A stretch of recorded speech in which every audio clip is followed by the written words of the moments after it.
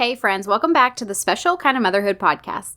Today I want to talk with you about various natural products that I use for the summertime, specifically with having kids and trying to avoid harmful ingredients, chemicals, things like that.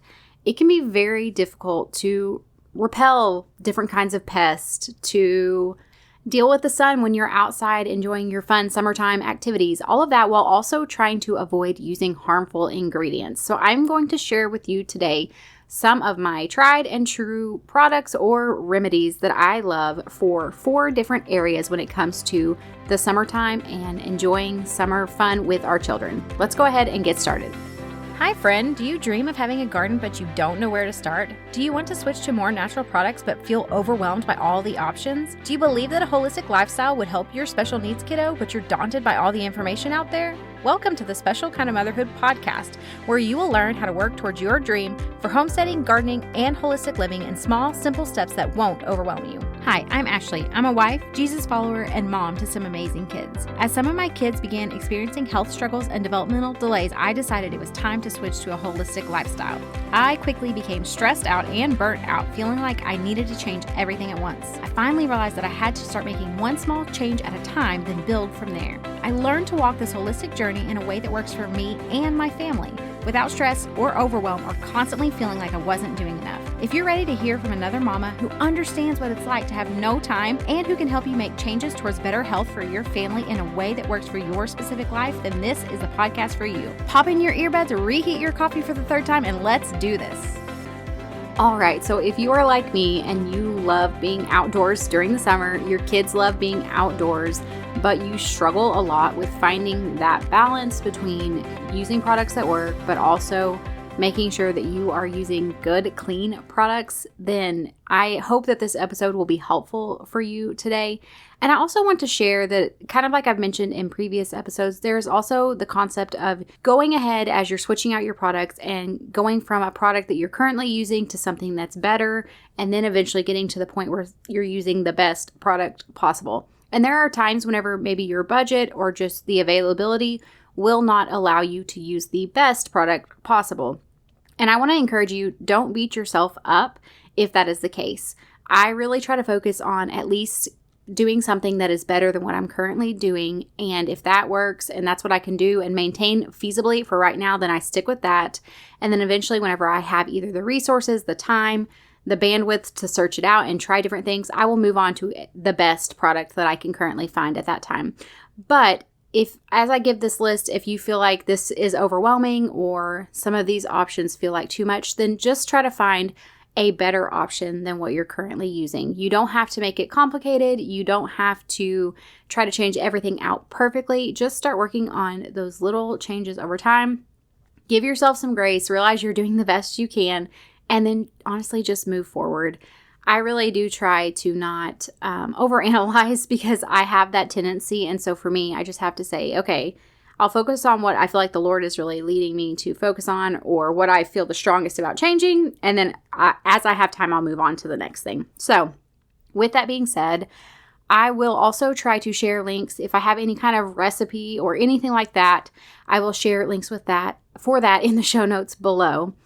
And we are just going to go ahead and get started. So the first area that I typically find myself needing products for the summer is in the area of pest repellent. This is something that can be very difficult because I do not want to get your traditional store-bought bug spray, but I also need something that works because we really enjoy doing a lot of outdoor activities. We like to go visit family, and when we do that, it's in the middle of the woods, and we spend oftentimes hours outside. A lot of times my goal for outside time is typically 2 hours a day. That doesn't always happen. A lot of times it's only an hour, especially in the heat of summer. But when you're outside for that length of time, you really do kind of have to up your game as far as it comes to the different types of products you use for your children. So the first thing, pest repellent. This is very important to us.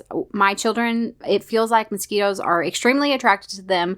And I have children who will swell up. It looks like they've been hit by a baseball or something like that whenever they've been bit by a mosquito. And I will also talk about how I handle bug bites. That will be our second point. But it's just really important. It's preferable for me to not have to even deal with a bug bite if at all possible. Now, they're going to happen, but I'm going to do my best when possible. So a couple different options. I do not go get any kind of traditional bug spray. There are some, I believe, that you could get from various stores that probably are made with essential oils and things like that. But I have quite a bit of essential oils on hand, and I typically keep like witch hazel and stuff like that. So it's pretty easy for me to make my own bug spray. So you can make your own bug spray. I will link a recipe down below that would be a very simple recipe that you could use. You could also, Earthly has an ingredient, it's called pesticide, which is basically just a salve that you can rub on the skin in various places to help to repel different kinds of pests. Or you could honestly make your own salve. Salves are pretty easy to make. And if you do want to make your own salve, basically what you could do, typically you're going to use some kind of an oil, and then you're going to use beeswax. And you can use the combination of those two things to make a salve very quickly. And what I like to do is I would take the oil that I'm going to use and I would infuse it with different herbs. So things like citronella, thyme, catnip, lavender. You could do geranium. What else? I'm trying to think of the other. I know lemon can be used at times. Some people use eucalyptus, but if you have younger children, I tend to avoid that, specifically if you're talking about like a eucalyptus oil, just because there are some mixed reviews about the safety of that for younger children. So like you could basically just go in and infuse those oils. Again, I'll post a recipe down in the show notes below. And you could make your own salve and then rub it on them for a fraction of the cost. So I want to focus on, if you're going to get essential oils, you do want to focus on things like I mentioned, citronella, thyme. Catnip is really good for mosquitoes. You could do lemon, geranium. I know patchouli is another one, although it is not my favorite as far as as far as the smell goes. Peppermint is another one you could use. There are just a lot of different essential oils or even dried herbs that you could infuse into some kind of an oil, like an olive oil or an avocado oil or something like that, in order to make your own salve. Or you could use those essential oils to make a spray-on bug spray, which again, I'll share recipes for all of that below. So that is what I tend to do, is I will use either like a salve or a spray for some kind of pest repellent.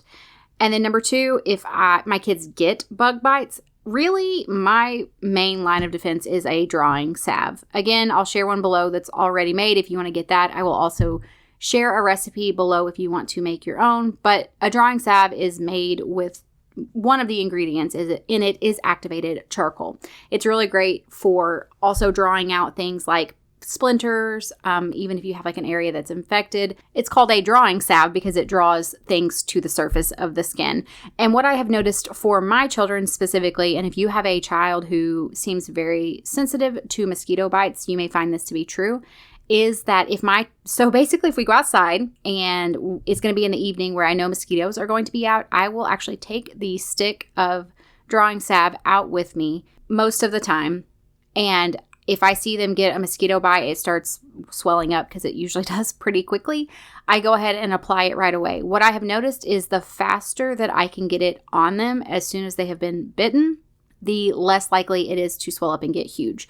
More times than not, even if I get it on, like let's say I don't take it out, the drawing salve out with me, but we play for a while and then we come inside. If I get it on them, even if I get it on like as soon as we get inside, then usually by the next morning, there's no bump there at all. You could just see the little mark where they had a bite, but it is not swollen, which is not the case whenever we use a drawing salve. What I like about making your own drawing salve, and I think that Earthly, they have a drawing salve. I use it. I believe that they have different herbs infused in there as well, but I could be wrong. They may have essential oils that also will help with that swelling and that inflammation. But I like also the idea of making your own because you really can formulate what kind of herbs you want to use to lower inflammation, to reduce the swelling. All of that, you can kind of formulate your own and what works best for you and your kids, which is really nice. But if you don't have the time or the capacity to make your own, I think that buying a drawing salve, buying Earthly's drawing salve, something like that is a really good option. Another option that you could do would be to make your own, like a chamomile salve. Chamomile is very calming to the skin. I also really like calendula. I probably actually would mix the two of them, chamomile and calendula, and make a salve. Again, same thing as what I talked about with the salve for the pest repellent. You're going to use beeswax and then some kind of an oil like olive, avocado, jojoba, something like that. And you're going to infuse that calendula and the chamomile into the oil. And then you will melt the beeswax down, add in the oil, and then basically you have your salve. It sounds complicated. It's extremely easy. Honestly, of most of the things that I make, a salve is probably one of the most straightforward because it is if you want to infuse the oil with different herbs, that is going to add an extra step, but it is pretty hands-off. And it's basically just melting down the products, mixing them together, and then pouring them into your container. So it is very, very simple. So you could do something like that. Make a chamomile calendula salve. That would be great to help with any kind of inflammation from the bite. It could also help with itching and things like that. I also think that kind of salve would be great if you have like dry patches of skin, eczema, things like that. Okay, the other thing I like is a homeopathic remedy, and it is called Ledum. I really like this because if you have some kind of an insect bite or something like that, it is great for relieving itchiness from that bite. And I find giving it to my kids love the different little pellets. It honestly tastes like candy. And I have no issues at all having them take it. We also will use it if a child has, or myself for that matter, has gotten some kind of a tick bite. We will use it for a couple weeks after that as kind of a preventative. Some people say that it can be very beneficial if you are concerned about Lyme disease. So I often will go ahead and give that to my kids for a week or two if they've had some kind of a tick bite that I am concerned about. Again, I'm not claiming that it is going to prevent them from getting Lyme, but for myself and my family, just from the stuff I've read, I go ahead and do it as an extra measure of safety, just because I know it's not going to harm them to have this homeopathic remedy. And also, I mean, they like it. It tastes like candy, so they're not going to have any kind of resistance to taking it. And in my mind, it's just giving them some added protection, hopefully.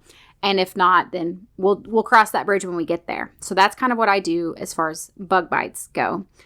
Then number 3 would be dealing with the sun. So this can be such a struggle. We're talking about trying to prevent sunburns, deal with sunburns when you get them.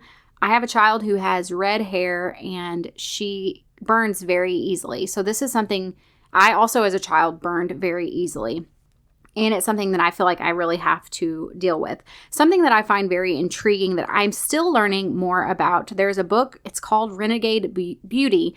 I have not read it yet, but I have listened to the author on a couple different podcasts.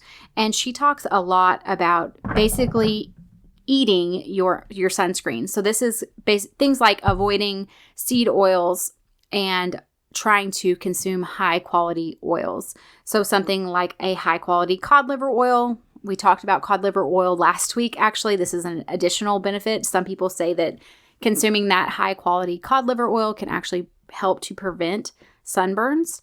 Also, another thing that I heard her mention was having adequate levels of vitamin D also helps to prevent sunburn. And cod liver oil does have a good amount of vitamin D in it, so it makes sense that it would help to prevent you from getting a sunburn. So I think that's a great first step. And again, we're looking at multiple benefits for one product, which is typically the kind of product that I try to focus on in my home. If I can get one product and then notice that there are multiple benefits for myself or my children, that's where I'm going to be more likely to spend my money. So first and foremost, let's really focus on the inside out, avoiding those seed oils, and then really trying to focus on like a high quality cod liver oil. Then there are different options for sunblock. So you could use zinc oxide, which is just going to be an actual physical barrier to block the rays of the sun.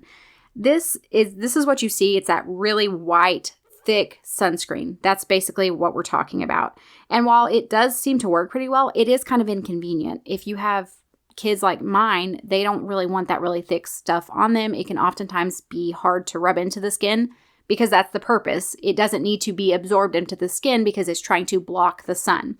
So it is an option. And I think that if that's what works for you, that's an option for you to use. I also will say if you're looking for something that you can just order off of Amazon or buy from a store or something like that, what we personally have used is a product. The brand is Blue Lizard.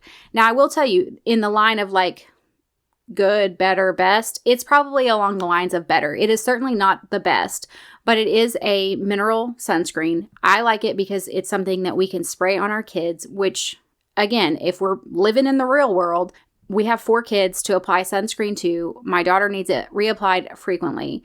And being able to just spray something is really what's most convenient and makes it a lot easier for us to make sure everyone is well covered. So it is something that we use. I do like it because it does avoid a lot of those harmful chemicals. It doesn't have phthalates. It doesn't have fragrances, things like that. So it is definitely a better option. I will not tell you it is the best because it's not, but typically those best options come at a much higher price tag. And for us, with how often we're outside, how many kids we have, we just can't budget out that best option. So I typically go with Blue Lizard.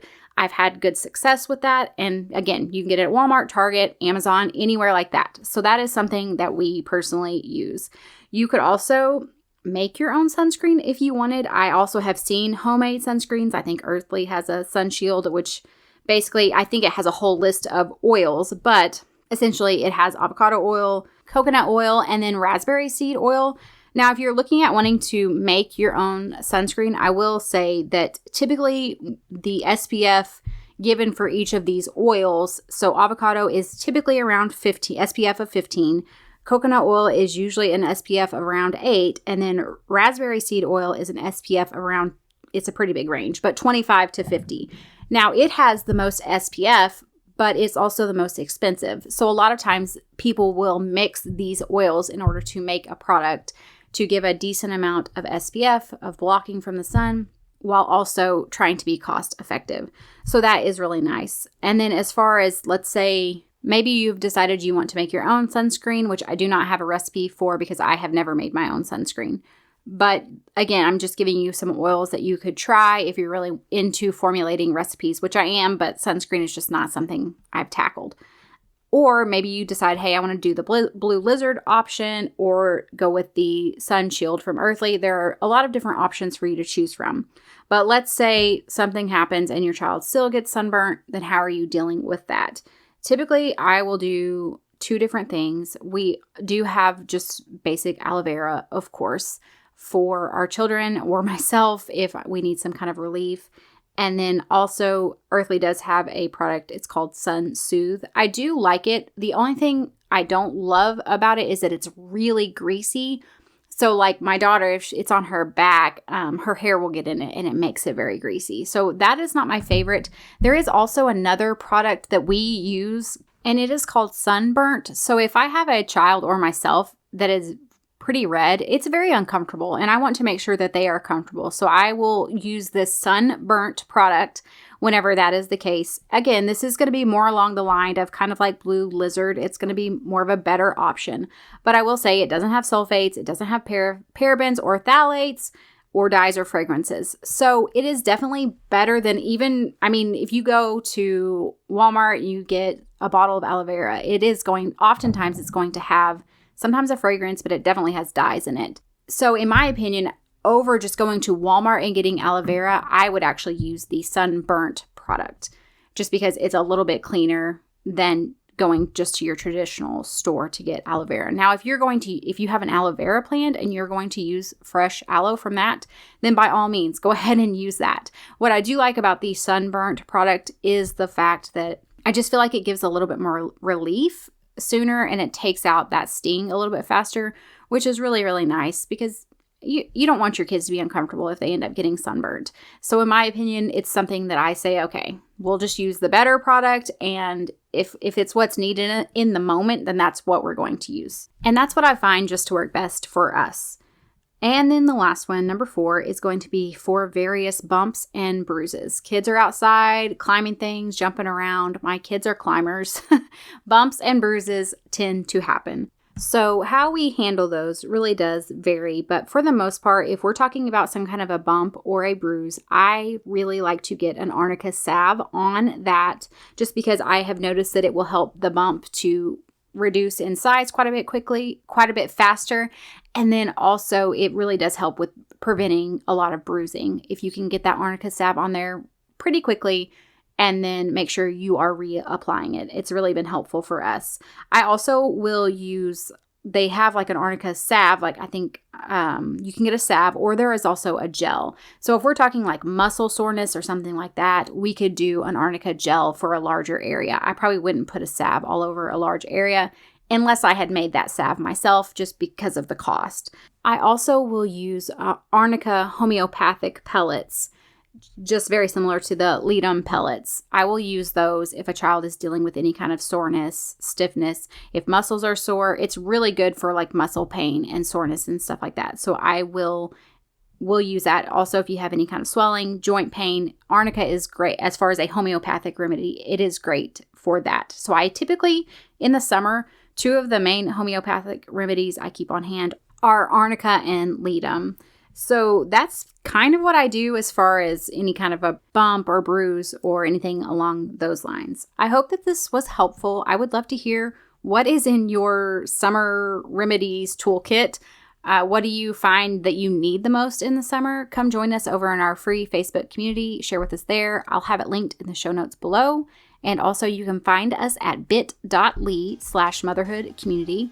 I will have any of the recipes I have available for you linked below, and I will see you guys back next week.